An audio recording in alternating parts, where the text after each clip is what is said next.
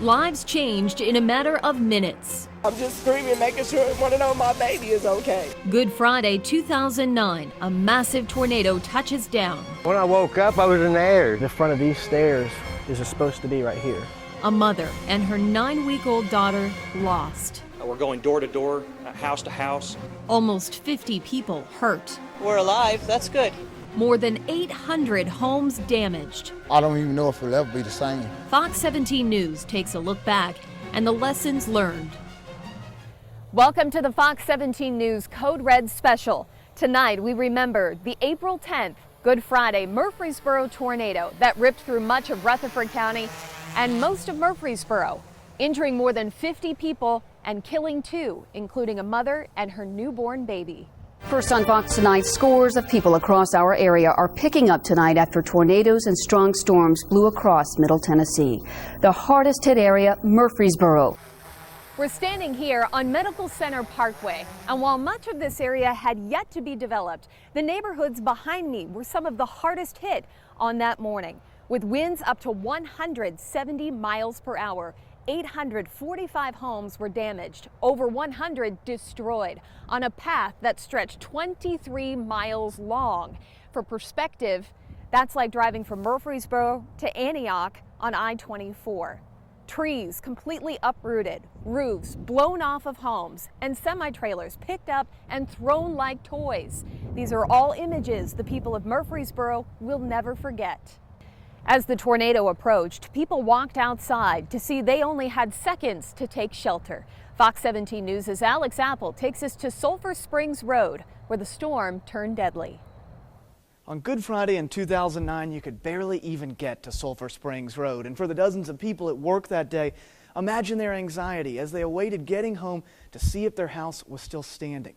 When they got there, their reaction was either relief or devastation.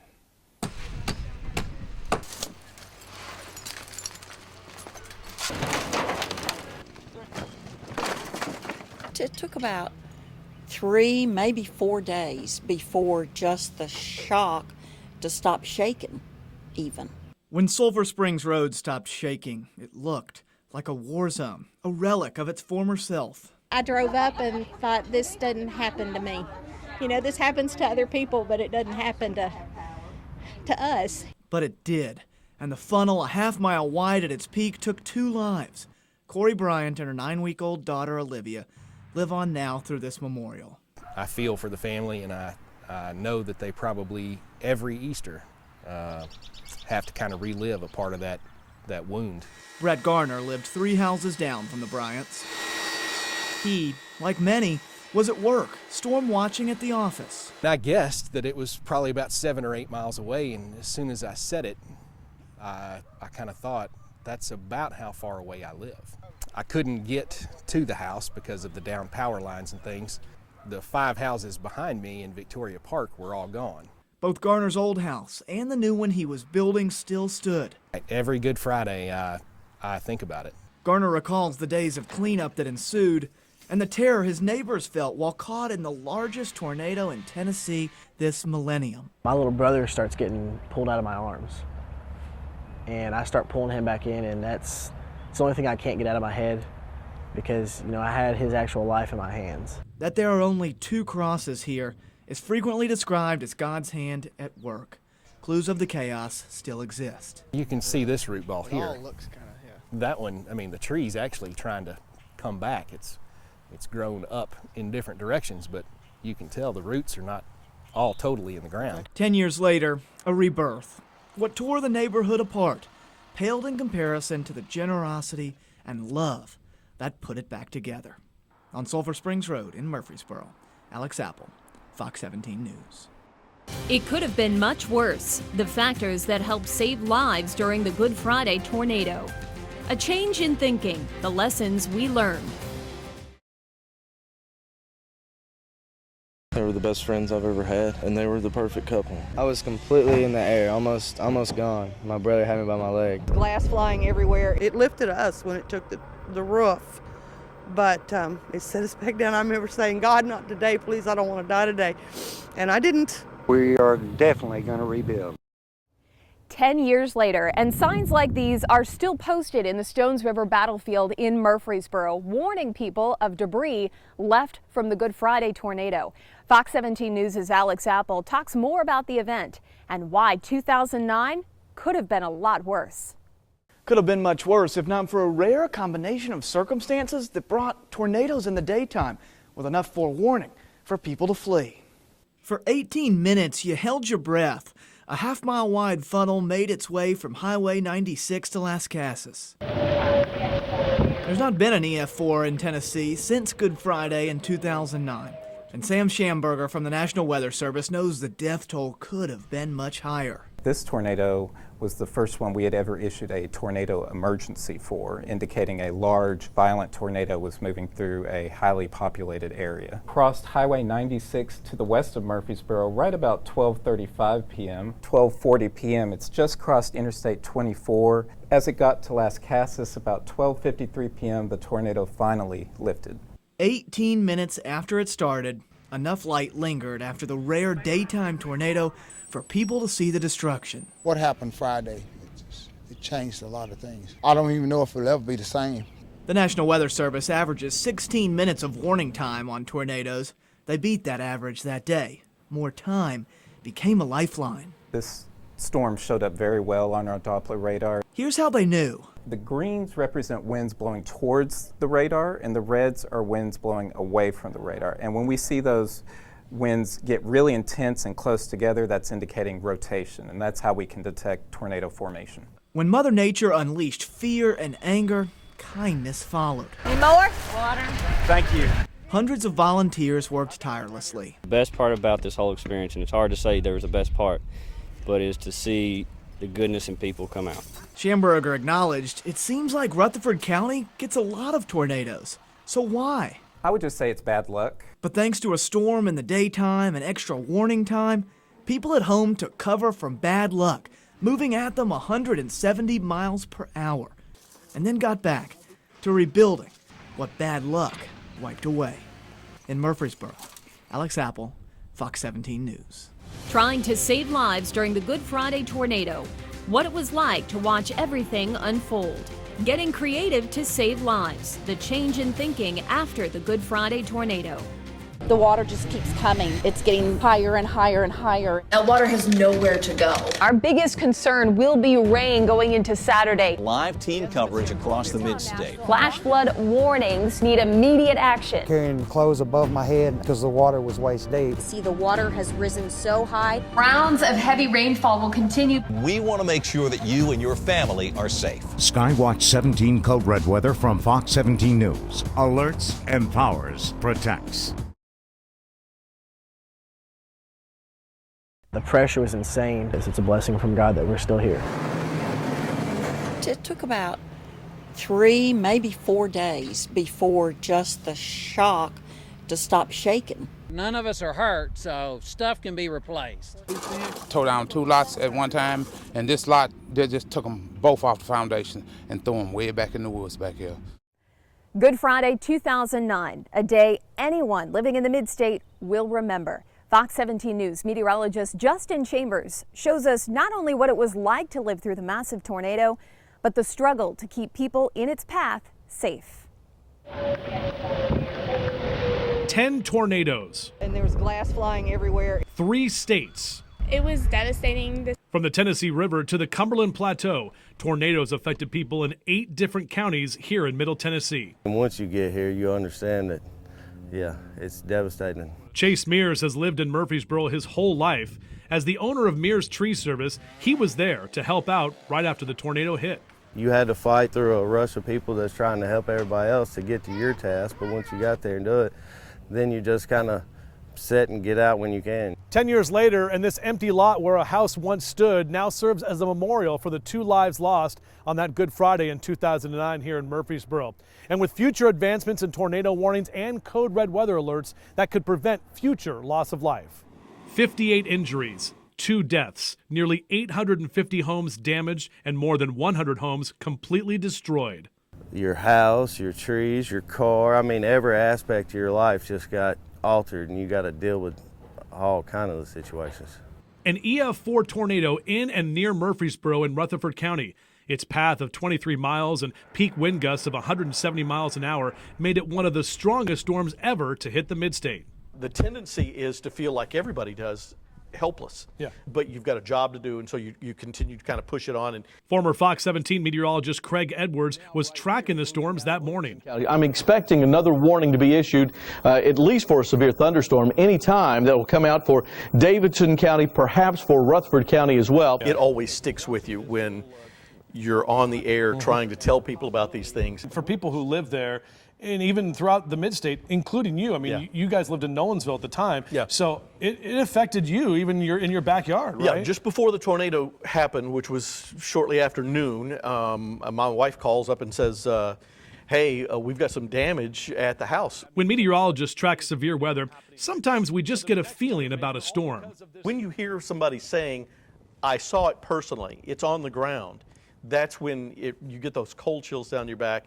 And you really have to kind of grab yourself and like hold on and make sure you're passing along the information to everybody. The warning is for Dickson, Perry, and Hickman counties. So Colleen's putting a track on the storm right now. Technology has come a long way in the last 10 years, and that's where our code red weather alerts can keep you safe. The other technology that you have, some of the forecast models are so much better than they used to be. And so you've got so many different tools to look at, and you can let us know this stuff days in advance. Advanced warnings, tracking storms to keep you safe. That's what Code Red is all about. Tennessee is no stranger to tornadoes, but many homes here don't have basements to turn to for shelter. As meteorologist Colleen Melberg explains, after the Good Friday tornado, one company is now offering a new alternative to keep families safe. Here it goes. There it goes. We've all heard it several times. Go to the basement, lowest level of your house, interior room when there's a tornado warning.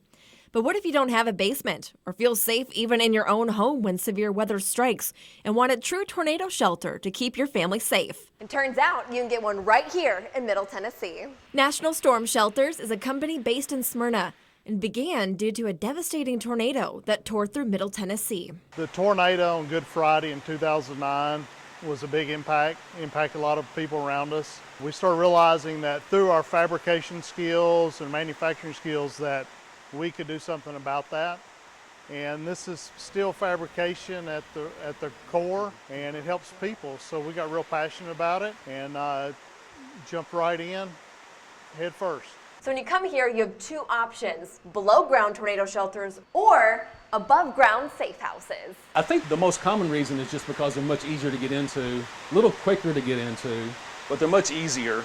If you're older, if you have hip problems, or just generally don't want to go below ground, they're very, very popular. One unique thing about these safe houses, you don't have to run outside in the storm to use them. We are actually set up to put these in the garage. We have put them in other places before. Maybe a concrete slab in the backyard or something along those lines, a barn in the back or a shed in the back, but they really are designed to go in your garage. Something else amazing about these above the ground safe houses, they can withstand the winds of an EF3 tornado. An EF3 takes out the windows on a house and it causes a lot of pressure. An F4 takes out windows and takes roofs off. F5 wipes the foundation clean, no matter what's there, if it's a direct hit. This is fine for most cases. You would have to take a direct hit. What we're really worried about is flying debris, head injuries, body injuries. We're not worried about getting someone sucked up in a funnel cloud. It's more about flying debris is really what we're guarding against. Feel safe yet? I know I certainly do after sitting in one of these. And the best part, after the storm is done, you can just get up and leave. Now these storm shelters above ground and below ground may cost a little bit up front, but can you really put a price on protecting your family when severe weather strikes? For Fox 17, I'm meteorologist Colleen Melberg. Worst case scenario, what to do if you're outside and a tornado touches down. I live in Murfeesboro and was actually just in between where the tornadoes came through and was not in a good position, but I watched their weather forecast from beginning and to end, and I mean beginning to end, and I tried switching over to a couple other stations and they just could not compare. Your forecasters, your meteorologists, they were on top of it before anybody. Thank you guys for what you do.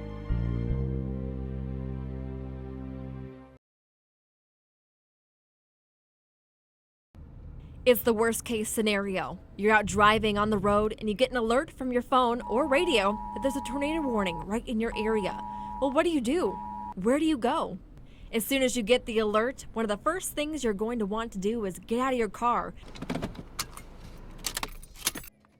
and ideally move into a nearby sturdy structure in the most interior room away from windows. If you're not nearby any sturdy structures, the one spot you want to go to is a ditch.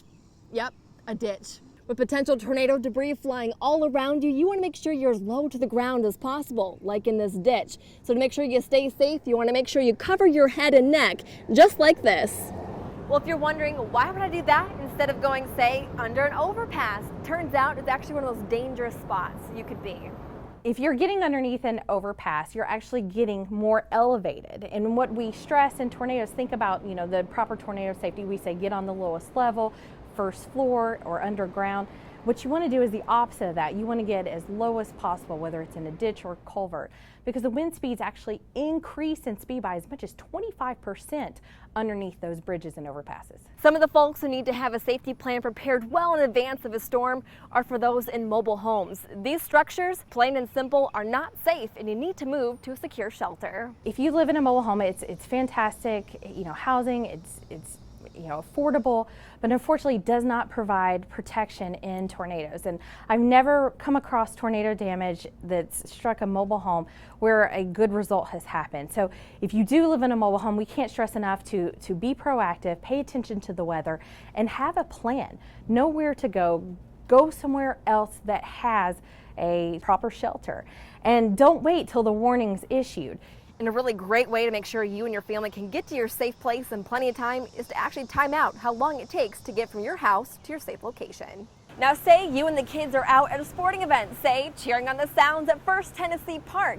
Do you know what you need to do if you're sitting out in the stands? Well, I talked to Doug Scopel to see exactly what you need to know. Well, obviously if it's a tornado, anything where they need to be undercover, fortunately we're outdoors, but we do have a lot of spaces that are undercover. We can put them in restrooms, we can put them in stairwells, we can put them up here on the concourse where there's minimal glass. So depending on which scenario it is, we make a decision kind of where we're going to put them. So we have 4 restrooms on the concourse, 4 men's, 4 women's. We also have 3 stairwells, and they're marked right here along the concourse. And that's where we would ask those folks to go if possible. So whether you're in your car, in your house, or say out at a sporting event, the best way to stay prepared is to know the forecast ahead of time and have a plan. For Fox 17 News, I'm meteorologist Colleen Melberg. The pictures and videos from Good Friday 2009 show just how chaotic that day was.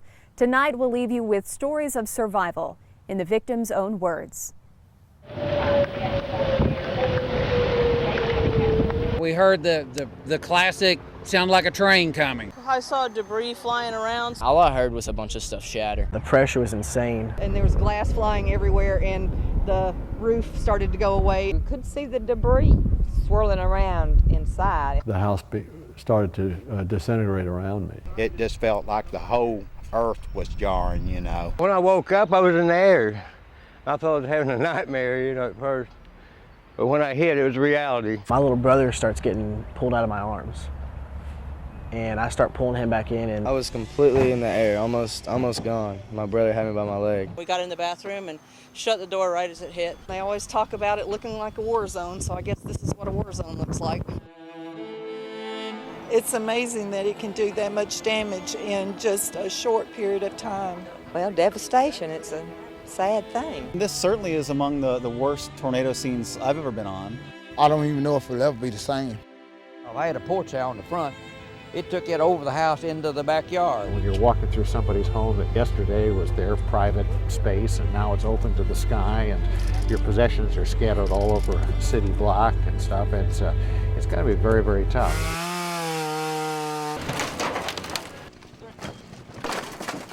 We're just so thankful that it didn't happen at night. We're alive, that's good. My boys and I are alive, and this can be replaced. It's just scary, but I'm back to the point my kids are okay. It's a blessing from God that we're still here. We're very, very lucky, very fortunate. How you doing? We're good. My mother-in-law and husband survived. I don't know, my housing can be replaced, rebuilt. I haven't even cried because I'm so thrilled that we are okay.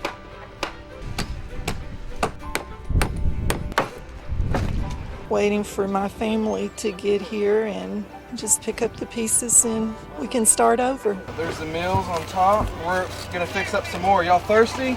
Red Cross and Salvation Armies and all the local churches and the community banding together. I've never seen nothing like it. To see the goodness in people come out.